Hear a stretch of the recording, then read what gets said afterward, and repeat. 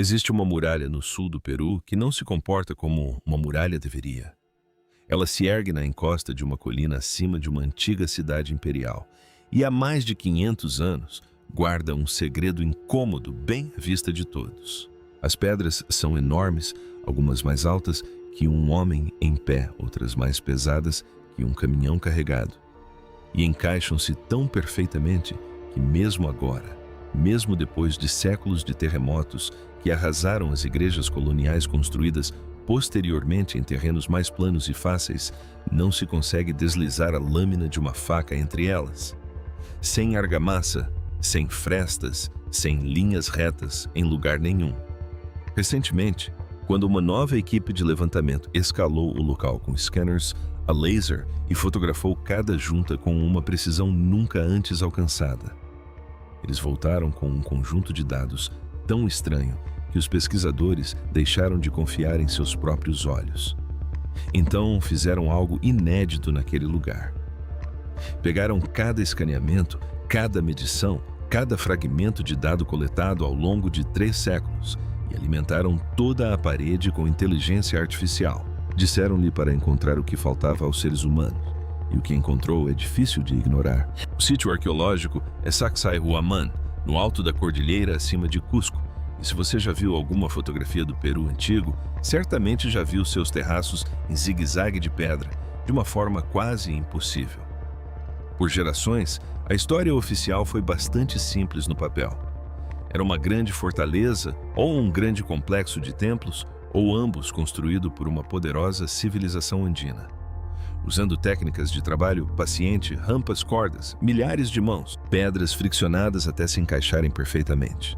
Essa explicação foi repetida tantas vezes que a maioria das pessoas a aceita sem nunca analisar a fundo, mas a equipe de pesquisa analisou a fundo. Analisaram mais de perto do que qualquer pessoa jamais conseguira, e quanto mais de perto analisavam, menos a história simplista se sustentava. Porque a precisão naquelas juntas não é a precisão da paciência, é a precisão de um sistema, e um sistema implica conhecimento que precisa vir de algum lugar que precisa ser registrado, ensinado e transmitido. A pergunta que começou a assombrar as pessoas que analisavam os dados era simples e terrível: para onde foi esse conhecimento? Por isso entregaram o produto a uma máquina. Entenda o que eles realmente enfrentavam. 300 anos de estudo deste sítio arqueológico soam como uma montanha de certezas, mas não são nada disso. Estão dispersos.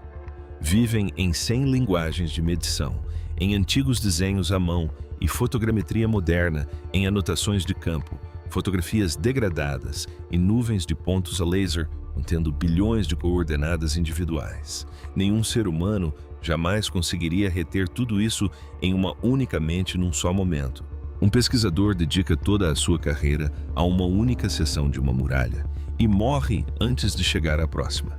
A pilha é simplesmente muito profunda e a vida humana é simplesmente muito curta. E cada pesquisador que se aproximou do local já chegava com uma teoria que esperava comprovar. Essa era a verdadeira razão da existência da máquina. Não a programaram para confirmar uma ideia favorita. Programaram-na para entrar sem lealdade a ninguém, nem à teoria da fortaleza, nem à teoria do templo, nem ao orgulho de qualquer nação, e para relatar apenas o que os próprios números exigiam. Cada medição já feita em um só lugar, em uma só mente, em um só momento. Pela primeira vez, todo o sítio arqueológico podia ser lido de uma só vez. E aí a primeira coisa que a máquina fez foi algo que nenhum investigador humano jamais se preocupou em fazer. Uma pessoa caminha até Sacsayhuaman e observa as pedras. Claro que sim. As pedras são o espetáculo por si só. Aqueles vastos blocos castanhos brilhando na tênue luz da montanha, a maneira como a parede projeta longas sombras ao entardecer. A pura audácia da coisa. As pedras são o ponto central. Aí, Lia não olhou primeiro para as pedras. Ela foi para os espaços entre elas. Foi para as juntas, as emendas, as formas negativas, os lugares onde 2 gigantes se encontram, e começou a medir a geometria do próprio contato.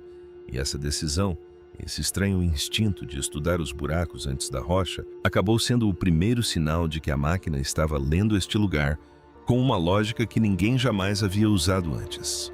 Porque é aqui que você precisa se concentrar antes que o resto faça sentido. Essas juntas não são apenas justas, elas são justas de uma maneira particular. As faces das pedras não se tocam simplesmente. Elas se encaixam curvando-se e dobrando-se umas sobre as outras em 3 dimensões, como peças de quebra-cabeça cortadas por algo que podia ver dentro da rocha antes mesmo de uma única lasca ser atingida. Esculpir uma junta plana entre 2 pedras é difícil.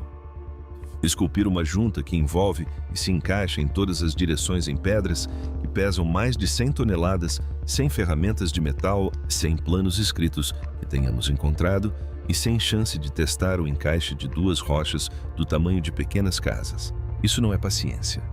Isso é matemática. É uma compreensão de força, carga e ângulo expressa em granito sólido. E a máquina, lendo milhares dessas juntas de uma só vez, começou a perceber que elas não eram aleatórias. Repetiram o processo. Seguiram regras. As curvas obedeciam às proporções e as proporções se repetiam incessantemente em pedras que, segundo todas as estimativas convencionais, eram extraídas a quilômetros de distância umas das outras e arrastadas montanha acima. Só isso já deveria ser suficiente para detê-los. Mas a máquina encontrou apenas a coisa mais suave. Antes de prosseguirmos, é preciso compreender a dimensão do que esses construtores realmente moveram, pois os números são quase inacreditáveis. E uma vez assimilados, tudo o que a IAA descobriu posteriormente deixa de parecer uma curiosidade e passa a soar como uma mensagem. Portanto, observe a maior pedra no terraço mais baixo, aquela que os guias turísticos apontam e sob a qual os visitantes ficam sem acreditar totalmente. As estimativas de seu peso ultrapassam as 100 toneladas e algumas apontam para algo próximo de 300. Imagine isso por um instante. Não o número, mas o objeto. Um único bloco de calcário cinza-dourado, mais alto que um homem em pé sobre os ombros de outro largo como um caminhão de entregas, profundo o suficiente para que não fosse possível circundá-lo com os 2 braços e uma corda. Ele não está apoiado no chão. Está encaixado na parede, sua base moldada para acomodar as pedras abaixo, seu topo entalhado para receber as pedras acima. Não há argamassa. Não há nada entre ele e seus vizinhos além da precisão do corte. E manteve essa posição mesmo após terremotos que arrasaram igrejas e racharam o concreto moderno ao longo dos séculos. Agora, faça a pergunta que a IA foi eventualmente forçada a fazer: como ela chegou a esse ponto. A pedreira mais próxima, que corresponde à composição da pedra, fica segundo a interpretação mais conservadora da geologia a quilômetros de distância, e não em terreno plano. Quilômetros de montanha atravessando ravinas subidas que hoje fariam um caminhão carregado sofrer em marcha reduzida. Não havia animais de tração nos Andes pré-colombianos suficientemente fortes para puxar uma carga como essa. Não havia rodas em uso, nem ferramentas de ferro. A explicação ortodoxa é aquela que você já ouviu. Rampas, rolos, cordas de grama trançada e a força de milhares de homens coordenados trabalhando em turnos temporada após temporada, ano após ano. E essa explicação não é impossível. As pessoas são capazes de feitos extraordinários quando trabalham juntas, mas não foi pedido a que decidisse se isso era possível. Foi pedido que ela lesse o texto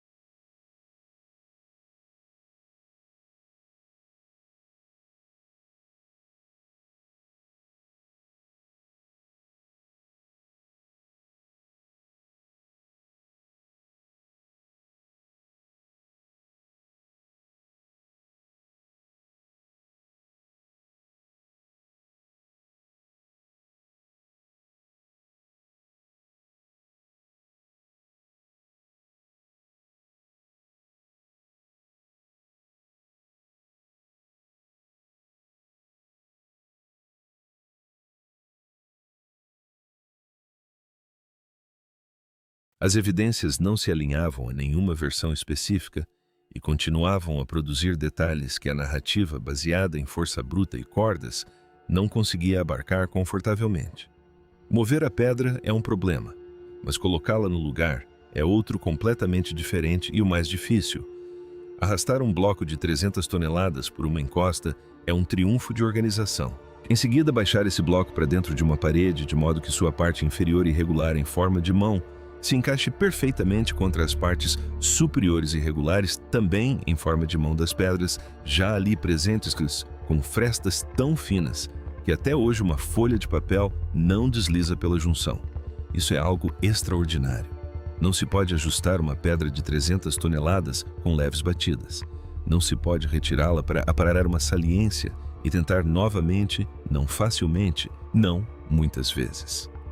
Toda a reconstrução convencional de como isso foi feito ignora silenciosamente a parte em que o peso impossível encontra a precisão impossível, porque os dois requisitos parecem se contradizer. Quanto mais maciça a pedra, mais difícil deveria ser encaixá-la. E, no entanto, em Sacsayhuaman, as pedras mais maciças estão entre as que melhor se encaixam. A máquina também percebeu isso. Guarde essa informação. Ela retorna mais tarde, e quando retorna, deixa de ser estranha e se torna algo próximo do assustador. Assim, o espanto se acumula em camadas. O peso, o transporte, o encaixe. E então, entrelaçada em tudo isso, a geometria que a IA encontrou nas juntas. Aquelas curvas repetidas, aquelas proporções que surgiam em pedras que, em princípio, não deveriam ter nenhuma relação entre si. O olho humano vê uma parede de alvenaria engenhosa. A máquina viu um sistema e, uma vez compreendido, fez o que nenhum pesquisador de campo cansado, com uma trena e o financiamento de uma única temporada, jamais conseguiria fazer. Começou a questionar se o espaçamento das pedras não seu tamanho, não sua beleza, mas o ritmo de onde uma terminava, e a seguinte começava, significava algo além do prático. Foi aqui que a investigação deixou de ser impressionante e passou a ser inexplicável, porque a máquina pegou o terraço mais baixo e mais antigo, aquele com as pedras gigantes, aquele que todo mundo fotografa, e mapeou os pontos precisos onde as juntas principais alcançavam a borda superior da muralha. Ela tratou cada um desses pontos como uma marca em uma régua. E então fez a pergunta simples, que ninguém havia pensado em fazer exatamente dessa maneira. Se você ficasse em um ponto fixo em frente a essa muralha, como um observador, poderia ter ficado há 5.000 anos e acompanhasse o nascer e o pôr do sol e da lua. Ao longo do ano, esses eventos celestes se alinhariam com as juntas. A resposta, quando chegou, não veio como um talvez. Veio como um padrão tão claro que não podia ser ignorado. Certas juntas se alinhavam com os pontos no horizonte onde o sol nasce. Nos solstícios, os 2 dias do ano em que o sol atinge seus limites extremos ao norte e ao sul, e parece por um instante parar antes de inverter seu movimento. Outras juntas, segundo o sensor, rastreavam algo mais sutil e muito mais difícil de determinar, os limites extremos ao norte e ao sul do nascer da Lua, pontos que a Lua só alcança no final de um ciclo que leva quase 2 décadas para se completar. Um alinhamento solar pode ser explicado como coincidência ou como um instinto natural de pessoas que viviam perto do Sol. Mas a parada lunar não é algo que acontece por acaso. Para gravá-la em pedra, seria necessário observar a Lua com atenção e método por cerca de 18 anos e meio, tempo suficiente para que o observador que iniciou o registro talvez não vivesse para vê-la se aproximar do momento ideal. Então, um astrônomo foi chamado para verificar o trabalho e ver se a máquina simplesmente havia encontrado rostos nas nuvens, como às vezes fazem os sistemas de detecção de padrões. Segundo consta, esse especialista esperava desmascará-la em uma tarde. Em vez disso, a tarde se estendeu por dias. Eles fizeram os alinhamentos com o céu como ele teria sido naquela época, porque o céu muda lentamente ao longo de milênios, e as estrelas e a trajetória do Sol não estão exatamente onde nossos ancestrais as viam. E a adaptação, se possível, ficou ainda mais precisa contra o horizonte antigo do que contra o moderno. O veredicto, quando chegou, foi contundente. Aquilo não era decoração. Alguém vinha cronometrando o tempo nesta parede. E aqui está o que deveria lhe incomodar, o ponto ao qual o astrônomo retornava constantemente ao longo dos dias. Errar por pouco o ponto mais distante da Lua é perder todo o sentido, porque a Lua não anuncia sua presença em seu limite. Não há bandeira, nem sino, nem uma noite específica que indique quando para e vira. A estagnação é algo que só se pode compreender observando ao longo dos anos, anotando onde o vento subiu noite após noite, estação após estação, comparando o ponto mais distante deste inverno com o ponto mais distante de um inverno do qual você talvez mal se lembre. É o tipo de conhecimento que precisa ser transmitido, pois a capacidade de atenção humana individual não consegue retê-lo por completo. E, no entanto, lá estava ela. Disse a máquina encaixada nas juntas de uma parede, que todos presumiam ser para defesa, para manter os inimigos afastados, para nada mais poético do que o peso da pedra. Reflita sobre isso por um momento. As pessoas que fotografam este terraço vêm por causa do seu tamanho. Elas ficam em frente ao maior bloco. Chegaremos a esse bloco porque a máquina tinha coisas a dizer sobre ele que são mais difíceis de ignorar do que qualquer coisa sobre o céu. E elas se maravilham com a forma como ele foi movido, como foi erguido, como as lacunas foram fechadas. Nenhum deles, em todos esses anos de câmeras guias e trilhas desgastadas, parou naquele único ponto fixo onde o observador certamente ficava olhando não para a parede, mas para além dela, para o entalhe nas montanhas onde o sol surgiria no horizonte na noite mais longa do ano. A parede nunca foi apenas uma parede, era um instrumento, e o instrumento estivera apontado para o céu o tempo todo, esperando que alguém lesse o mostrador. O astrônomo fez mais um teste antes de encerrar o trabalho. Quase como uma forma de se certificar de que não estavam se enganando. Escolheram uma junta aleatoriamente, não uma que a máquina tivesse sinalizado, apenas uma junção comum entre duas pedras. E eles verificaram se apontava para alguma coisa no céu. Não apontava. Não apontava para lugar nenhum. Nenhum solstício, nenhuma parada, nenhuma estrela brilhante. E isso, estranhamente, era o mais convincente de tudo. Porque se toda a parede estivesse alinhada com o céu, você poderia descartá-la. Uma parede tão grande apontaria para alguma coisa, mas os alinhamentos eram seletivos. Algumas juntas tinham significado e outras não. E as significativas se agrupavam exatamente onde os eventos significativos no horizonte se agrupavam. Isso não é coincidência. Isso é um registro feito por pessoas que sabiam a diferença entre uma junção importante e uma junção que apenas sustentava a parede. Agora, a máquina poderia ter parado por aí. Uma investigação menos rigorosa teria parado por isso foi declarado o calendário astronômico, como manchete escrito, o jornal recebido os aplausos. Mas lembre-se do que lhe foi dito. Nenhuma fidelidade a qualquer teoria.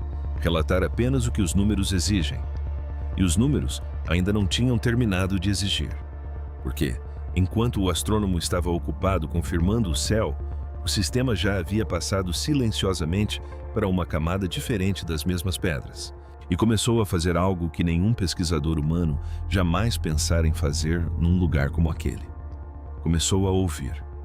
Um ser humano caminha até uma parede megalítica e a observa.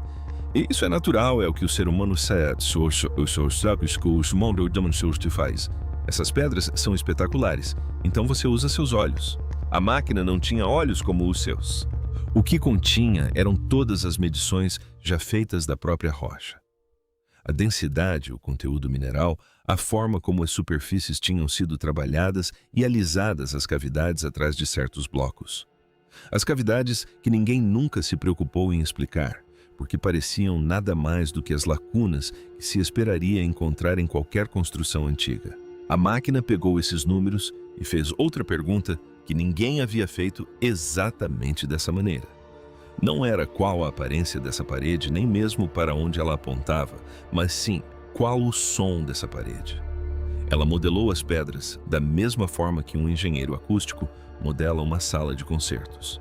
O programa calculou como o som se propagaria pelas superfícies, como se acumularia e se dissiparia nos espaços abertos em frente aos maiores blocos.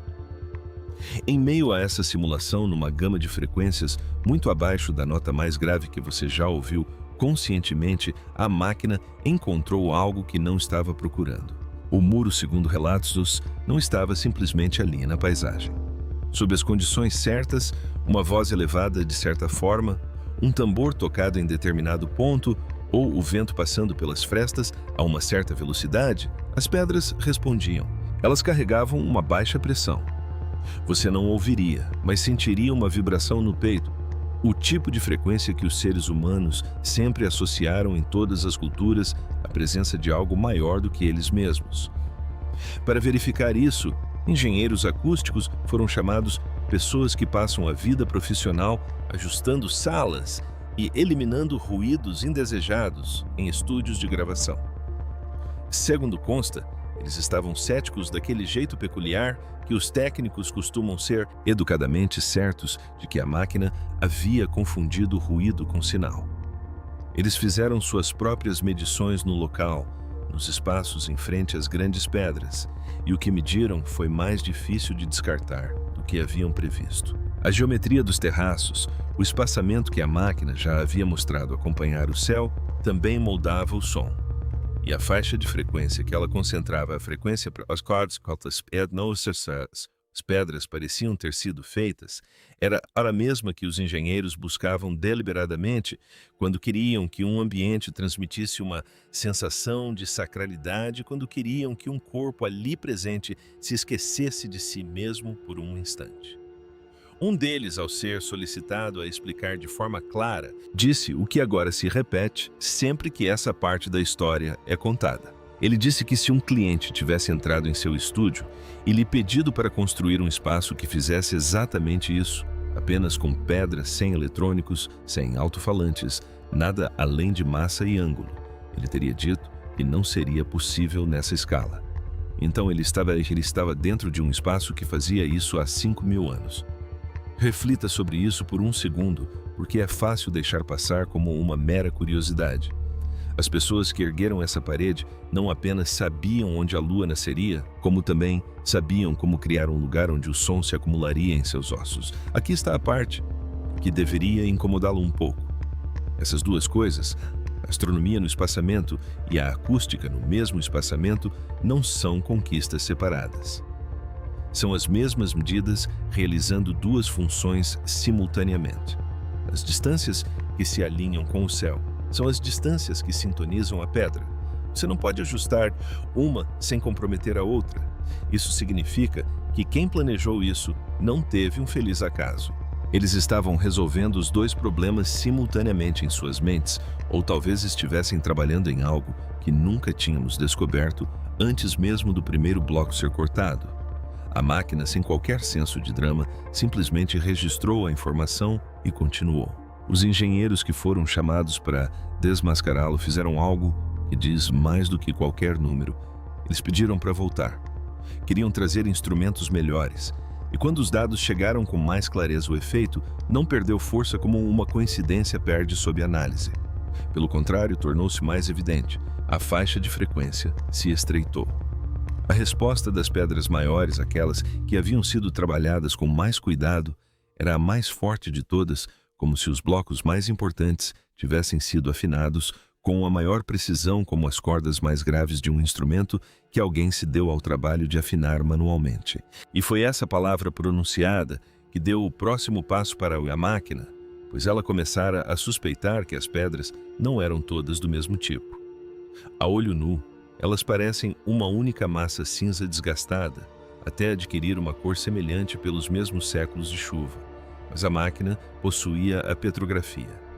As impressões digitais minerais, os perfis de densidade, as leituras que revelam não apenas o que uma rocha é, mas também de onde ela veio e o que acontece quando a energia a atravessa. E quando classificou os blocos não pela sua posição na parede, mas pelo material de que eram feitos, surgiu uma ordem que nenhum levantamento acústico humano jamais havia identificado, porque nenhum levantamento acústico humano jamais havia pensado em formular a pergunta dessa maneira.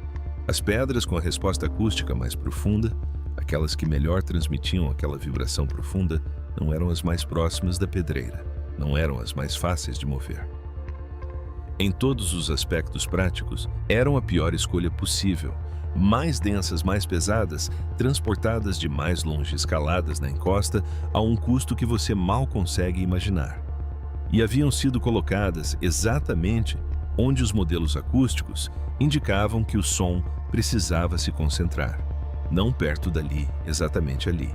Os construtores escolhiam as pedras como um luthier escolhe passar a madeira, rejeitando o bloco mais conveniente em favor daquele que soava perfeito e levando essa perfeição por distâncias que deveriam tornar a ideia impossível. Um geólogo foi chamado para verificar a procedência das pedras, alguém que estuda a química das rochas profissionalmente e não se deixa influenciar facilmente por histórias. Pelo que foi contado, essa pessoa ficou em silêncio por um longo tempo diante dos dados. Depois, disse algo que demonstrava a frieza de alguém que desistiu de discutir com o que estava diante de si. Disse que o padrão de seleção era preciso demais para ser mera coincidência e custoso demais para ser mera formalidade. Essa pessoa disse que alguém estava pagando um preço enorme para colocar pedras específicas em lugares específicos e não o fazia pela aparência das pedras, mas sim pela função que elas desempenhavam.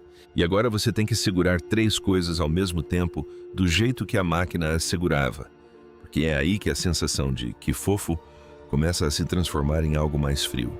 O espaçamento acompanha o céu. O mesmo espaçamento afina o som.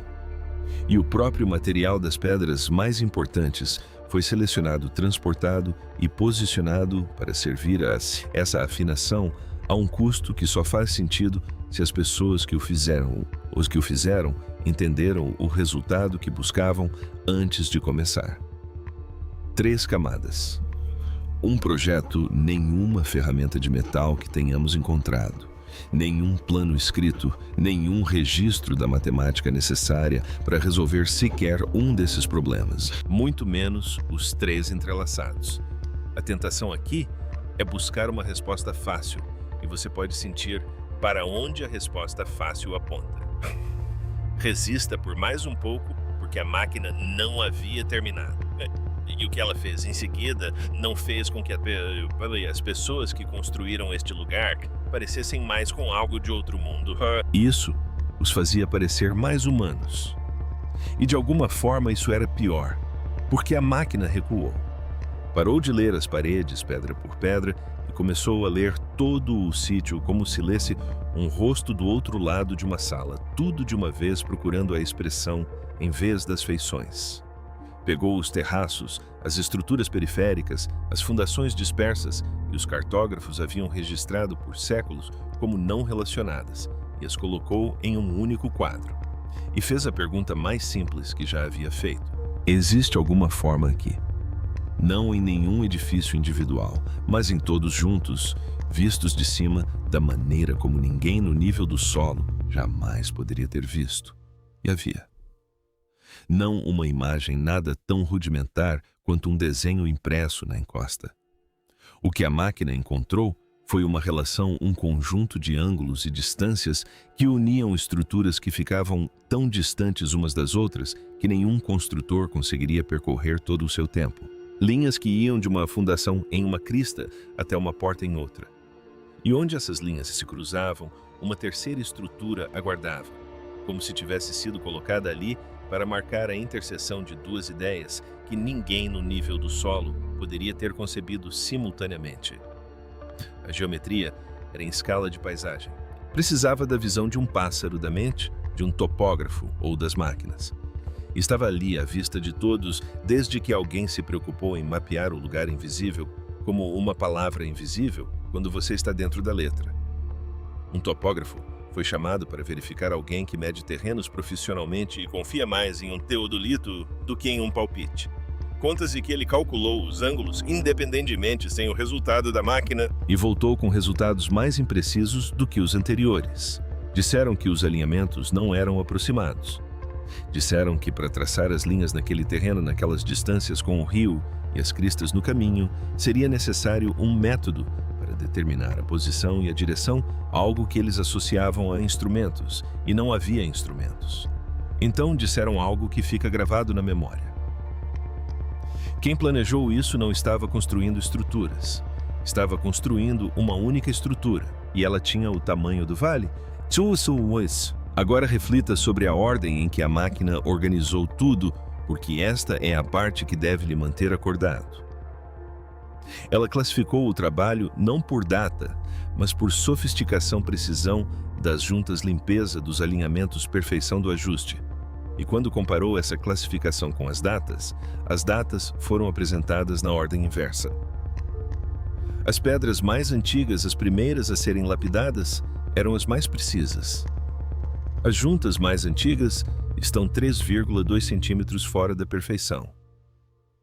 As juntas mais recentes, adicionadas por pessoas que vieram gerações depois, estão 12,7 centímetros fora. O tempo segue um caminho, a habilidade segue outro. Eles não estavam aprendendo esse ofício e se aprimorando, estavam herdando e piorando, copiando algo que já não compreendiam completamente, como quem copia uma assinatura em um idioma que não se lê. E em um bloco, a máquina encontrou duas marcas de ferramentas. A mão de um mestre segura e econômica, e ao lado, a de um aprendiz, gerações depois, trabalhando a mesma pedra, buscando a mesma linha, mas falhando. Duas pessoas separadas por séculos, e a mais recente era inferior. Eles não estavam descobrindo isso, estavam esquecendo, e sabiam disso, e continuavam a talhar mesmo assim, tentando se agarrar à prática. O que nos leva ao final, porque o final não é o que você esperaria. O trabalho final no local não parece ter sido feito às pressas. Não parece ter sido feito às pressas. As últimas pedras foram colocadas com cuidado. As juntas mais preciosas, cuidadosamente embaladas e protegidas. A parede selada contra as intempéries, como se alguém quisesse que ela durasse para além de todos os nomes que ali seriam pronunciados. Eles não abandonaram este lugar. Eles o fecharam. Guardaram algo que não podiam mais usar completamente. Consideraram-no importante demais para ser destruído e o confiaram a estranhos que jamais conheceriam, na remota possibilidade de que esses estranhos um dia fossem perspicazes o suficiente para decifrá-lo.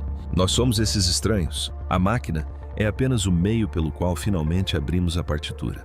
E é aqui que a máquina precisa parar, porque ela pode classificar, alinhar e medir com precisão de frações de milímetro, mas não pode lhe dizer a única coisa que você realmente quer saber. Ela abriu a pergunta. Não pode fechá-la. De onde veio esse conhecimento? Essa compreensão do céu, do som e da pedra que chegou já completa e só se desvaneceu com o tempo. Os dados não dirão.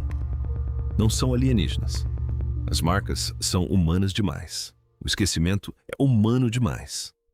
O cuidado em selar algo que você ama e não pode mais guardar é humano demais para ser outra coisa senão nós.